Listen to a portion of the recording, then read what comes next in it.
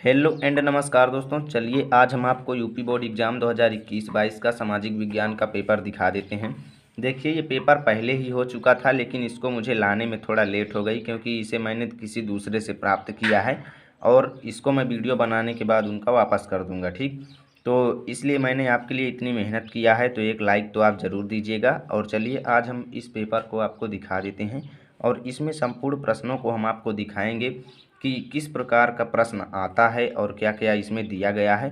और हाँ, मैं पहले ही कह रहा हूँ, यदि आप यूपी बोर्ड के इस बार एग्ज़ाम देने वाले हैं तो आप इस पेपर को आप ज़रूर देखिएगा, इस वीडियो को अंत तक आप ज़रूर देखिएगा और इसमें जो बताया गया है उसको आप समझिएगा, क्योंकि जो प्रश्न पत्र का प्रारूप है वो एकदम बदल चुका है। नए तरीके से प्रश्न पत्र आ रहे हैं, इंग्लिश और हिंदी वर्जन्स में आ रहे हैं, तो आप इसको ज़रूर देखिए। तो चलिए शुरू करते हैं। देखिए दिया गया है कि प्रारंभ के 15 मिनट प्रश्न पत्र पढ़ने के लिए निर्धारित हैं और यह जो प्रश्न पत्र है का एवं खा में विभाजित है और प्रत्येक प्रश्न हमें हल करना है। ठीक, और देखिए ये निर्देश दिया गया है कि बहुविकल्पीय प्रश्न, प्रश्न संख्या 1 से 6 बहुविकल्पीय हैं। ठीक, 6 प्रश्न बहुविकल्पीय हैं खंड का में। ठीक, और 6 प्रश्नों में से 3 प्रश्नों को हमें हल करना है, प्रत्येक प्रश्न 2 अंक का है। ठीक, तो टर्न ओवर करते हैं और आगे हम इस पेपर के क्वेश्चनों को देखते हैं। अब देखिए यहाँ पर दिया गया है अति लघु उत्तरीय प्रश्न के लिए निर्देश की प्रश्न संख्या 7 से 9 अति लघु उत्तरीय प्रश्न हैं। 3 प्रश्नों में से किन्हीं 2 प्रश्नों को हल करें, प्रत्येक प्रश्न 3 अंक का है। ठीक, फिर लघु उत्तरीय में देखिए प्रश्न संख्या 10 एवं 11 लघु उत्तरीय हैं। 2 प्रश्न में से किसी एक प्रश्न को हल करें, प्रत्येक प्रश्न 6 अंक का है। और दीर्घ उत्तरीय के लिए निर्देश देखिए प्रश्न संख्या 12 एवं 13 दीर्घ उत्तरीय हैं। 2 प्रश्नों में से किसी एक प्रश्न को हल करें, प्रत्येक प्रश्न 12 अंक का है। ठीक, तो बहुत ही अच्छे क्वेश्चन थे, समझ लीजिए इतना इजी पेपर था। और देखिए इजी आया है, इसके क्वेश्चनों को आप देखिएगा और सभी को समझिएगा और उनकी तैयारी कीजिएगा, क्योंकि इम्पोर्टेंट क्वेश्चन इस बार एग्जाम में आए हैं। ठीक, मानचित्र संबंधी प्रश्न, प्रश्न संख्या 14 मानचित्र संबंधी प्रश्न है। सभी प्रश्न करें, सही नाम व सही अंकन हेतु 1/2 + 1/2 अंक निर्धारित है, यानी 3 अंक निर्धारित हैं। और यहाँ पर देखें तो दृष्टिबाधित परीक्षार्थियों के लिए ये दिया गया है, मानचित्र कार्य के अतिरिक्त वो इन चीज़ों को कर सकते हैं। अब देखिए यहाँ पर खंड खा के लिए निर्देशांक है कि बहुविकल्पीय प्रश्न, प्रश्न संख्या 15 से 20 बहुविकल्पीय हैं। 6 प्रश्नों में से 3 प्रश्न को हल करना है, प्रत्येक 2 अंक के हैं। ठीक, और अति लघु उत्तरीय के लिए देखिए प्रश्न संख्या 21 एवं 23 अति लघु उत्तरीय हैं। 3 प्रश्नों में से किन्हीं 2 प्रश्नों को हल करना है, प्रत्येक प्रश्न 3 अंक के हैं। ठीक, आइए देखते हैं अगले पेज को। तो लाइक नहीं किया है तो कर दीजिए। और देखिए लघु उत्तरीय के लिए प्रश्न संख्या 24 एवं 25 लघु उत्तरीय हैं। 2 प्रश्न में से किसी एक प्रश्न को हल करें, 6 अंक का ये एक प्रश्न है। ठीक, लघु उत्तरीय। दीर्घ उत्तरीय में देखिए प्रश्न संख्या 26 एवं 27 दीर्घ उत्तरीय हैं। 2 प्रश्न में से किसी एक प्रश्न को हल करें, प्रत्येक प्रश्न 12 अंक का है। ठीक, और मानचित्र संबंधी देखिए प्रश्न संख्या 28 मानचित्र संबंधी हैं। सभी प्रश्न करें, सही नाम व सही अंकन हेतु 1/2 + 1/2 अंक निर्धारित हैं। ठीक, अब यहाँ पर देखिए दृष्टिबाधित परीक्षार्थियों के लिए मानचित्र कार्य के अतिरिक्त ये क्वेश्चन जो हैं करना होगा, तो उसको 5 अंक दिया जाएगा। अब यहाँ पर देखें तो सभी निर्देशांक अंग्रेजी में दिए गए हैं, आप इनको पढ़ लीजिए, स्क्रीनशॉट लेकर के आप पढ़ सकते हैं।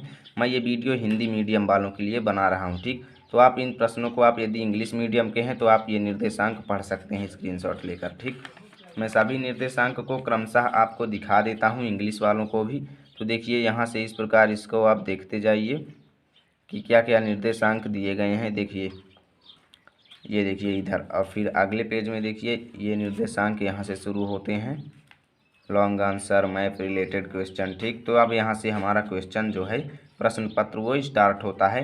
तो देखिए बहुविकल्पीय प्रश्न यहाँ पर दिए गए हैं, निम्नलिखित विकल्पों में से किसी एक को चुन करके अपनी उत्तर पुस्तिका में हमें लिखना है। ये इंग्लिश में, वही चीज़ इंग्लिश में लिखी हुई है। ठीक, अब देखते हैं कि भाई आखिर प्रश्न कैसा आया था।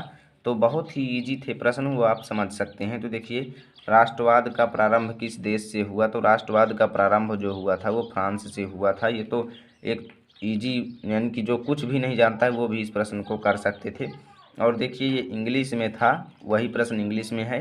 और जर्मनी के एकीकरण में महत्वपूर्ण भूमिका थी। ये 4 ऑप्शन हैं, इनमें से कोई भी सही है, आप लगा सकते हैं। और देखिए ये इंग्लिश में है वही क्वेश्चन। और यहाँ पर सविनय अवज्ञा आंदोलन कब चलाया गया, ये हिंदी में है और फिर यही इधर इंग्लिश में है। ठीक, तो अब इधर देखते हैं इन्हीं क्वेश्चनों को। तो यहाँ पर असहयोग आंदोलन का मुख्य कारण क्या था, 4 ऑप्शन में से एक सही है। ठीक, और वही इंग्लिश में है। और देखिए निम्नलिखित में से कौन सा संघीय राज्य नहीं है, तो आप इनमें से कोई एक टिक लगा सकते हैं। ठीक, और देखिए इधर वही इंग्लिश में है। फिर देखिए भारत में केंद्रीय शासित राज्यों की संख्या कितनी है, तो आप सही लगा सकते हैं। यानी कि एक 6, 7, 8 वाले स्टूडेंट भी इन क्वेश्चनों को हल कर सकते हैं कि संघीय राज्य नहीं है, ये चीज़ें कौन नहीं जानते हैं। लगभग सभी 6, 7, 8 में भी पढ़ने वाले स्टूडेंट इन क्वेश्चनों को आसानी से हल कर सकते हैं। ठीक, मैं हल नहीं करा रहा, मैं आपको ओनली पेपर का रिव्यू करा रहा हूँ। ठीक, और यहाँ पर देखें अति लघु उत्तरीय प्रश्न very short answer type question में देखिए, तो देखिए यहाँ पर very short answer type question में क्या दिया गया है, गांधी जी ने भारत छोड़ो आंदोलन क्यों चलाया था, और वही इंग्लिश में दिया गया है। अब देखिए लोकतंत्र क्या है, इसकी कोई एक विशेषता लिखना है, इंग्लिश में है। और लोकतांत्रिक व्यवस्था राजनीतिक समानता पर क्यों आधारित है, ये क्वेश्चन भी इंग्लिश में है। ठीक, अब लघु उत्तरीय में देखिए ऑटो वन बिस्मार्क कौन था, वह क्यों प्रसिद्ध है, अथवा में आप इसको कर सकते हैं फ्रांस की क्रांति कब हुई, उसका मुख्य कारण क्या है। ठीक, और वही क्वेश्चन यहाँ पर इंग्लिश में दिए गए हैं, यानी कि इंग्लिश एवं हिंदी वर्जन दोनों में आया था क्वेश्चन पेपर हमारा। तो अब इधर देखिए लोकतांत्रिक शासन में सरकार को उत्तरदायी होना क्यों आवश्यक है, या फिर उसके अथवा आप इसको लोकतांत्रिक शासन की किन्हीं 2 चुनौतियों का उल्लेख कीजिए। ठीक, अब इधर देखें तो यहाँ पर दिया गया है वही प्रश्न इंग्लिश में। ठीक, अब देखिए दीर्घ उत्तरीय में क्या दिया गया है कि विश्व की आर्थिक अर्थव्यवस्था के विकास में तकनीक का क्या योगदान है, उदाहरण सहित लिखें। अथवा 19वीं शताब्दी में अंतर्राष्ट्रीय अर्थशास्त्रियों द्वारा बताए गए 3 प्रकार के प्रभावों की व्याख्या कीजिए। ठीक, और वही यहाँ पर इंग्लिश में है, तो स्क्रीनशॉट ले लीजिए। और देखिए अगले पेज पर चलते हैं जहाँ पर मानचित्र क्वेश्चन दिए गए हैं, मैप वाले दिए गए हैं। और देखिए एक क्वेश्चन और है, भारत में राजनीतिक सत्ता के विकेंद्रीकरण के पीछे बुनियादी सच क्या था, सोच क्या थी, इसका स्वरूप क्या है। ठीक, अथवा में आप संघवाद क्या है, इसकी प्रमुख विशेषताएं बता सकते हैं। ठीक, वही इंग्लिश में है। अब इधर मानचित्र संबंधी क्वेश्चन देखिए, मैप वर्क जो हैं यहाँ पर देखिए इन्हें हमें दर्शाना है। वह स्थान जहाँ 1927 में कांग्रेस अधिवेशन हुआ, वह स्थान जहाँ किसान सत्याग्रह हुआ, वह स्थान जहाँ दिसंबर 1920 में कांग्रेस अधिवेशन हुआ, वह स्थान जहाँ सूती मिल श्रमिकों का सत्याग्रह हुआ, वह स्थान जहाँ सर्वप्रथम नमक बनाया गया। ठीक, तो ये चीज़ें यानी कि मानचित्र वर्क जो था वो बहुत ईजी आया था, सभी लोग कर लिए हैं। तो यहाँ पर देखिए ये इंग्लिश में है मैप वर्क, और इधर देखिए केवल दृष्टिबाधित परीक्षाओं के लिए है और उनके लिए इन्हीं प्रश्नों का उन्हें जवाब देना है। ठीक, तो आइए देखते हैं अगले पेज पर। यहाँ से अभी हमारा खंड खा स्टार्ट होगा। तो यहाँ पर देखो तो अभी खंड का ही चल रहा है, जिसमें सूती मिल श्रमिकों का सत्याग्रह कहाँ हुआ, सर्वप्रथम नमक कहाँ बनाया गया था, केवल दृष्टिबाधित परीक्षार्थियों के लिए। ठीक, और वही क्वेश्चन इंग्लिश में। फिर देखिए खंड खा यहाँ से स्टार्ट होता है, जिसमें पार्ट बी यहाँ पर हमारा शुरू होता है और मल्टीप्लाई चॉइस क्वेश्चन है। तो यहाँ पर देखिए सही उत्तर हमें चुन करके उत्तर पुस्तिका में लिखना है। तो कोयला निम्नलिखित में से किस प्रकार का संसाधन है, वो आपको यहाँ पर टिक करना है। ठीक, और कॉपी पर लिखना है और इन प्रश्नों को आप प्रैक्टिस और याद जरूर करना है। ठीक, तो ये इंग्लिश में है। और देखिए निम्नलिखित में से कौन सी एक खरीफ की फसल है, तो ये तो एक छोटा सा बच्चा भी जानता है, खरीफ, रबी और जायद की फसलें। ठीक, तो ये भी इंग्लिश में है। और देखिए इनमें निम्न में से कौन सा भारत में प्रमुख परिवहन साधन है, इन 4 में से कोई सही है, और वही यहाँ पर इंग्लिश में है। ठीक, तो आइए देखते हैं अगले पेज पर क्या है अगले पेजों में क्वेश्चन। तो यदि लाइक नहीं किया है तो कर दीजिए। देखिए यहाँ पर 18वां प्रश्न है, निम्नलिखित में से किस वस्तु का निर्यात भारत से नहीं होता। ठीक, 4 ऑप्शन है, कोई भी सही है, और यहाँ पर वही क्वेश्चन इंग्लिश में है। ठीक, तो अब देखिए 19वां, निम्नलिखित देशों में से मानव विकास सूचकांक HDI के लिहाज से किस देश की स्थिति अत्यंत अन्य से बेहतर है। ठीक, 4 ऑप्शन इसमें भी हैं। और इधर देखिए वही क्वेश्चन इंग्लिश में।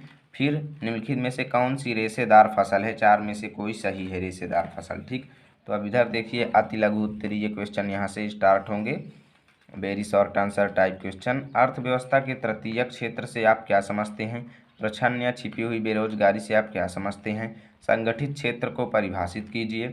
और यहाँ से लघु उत्तरीय प्रश्न यानी शॉर्ट आंसर टाइप क्वेश्चन शुरू होते हैं।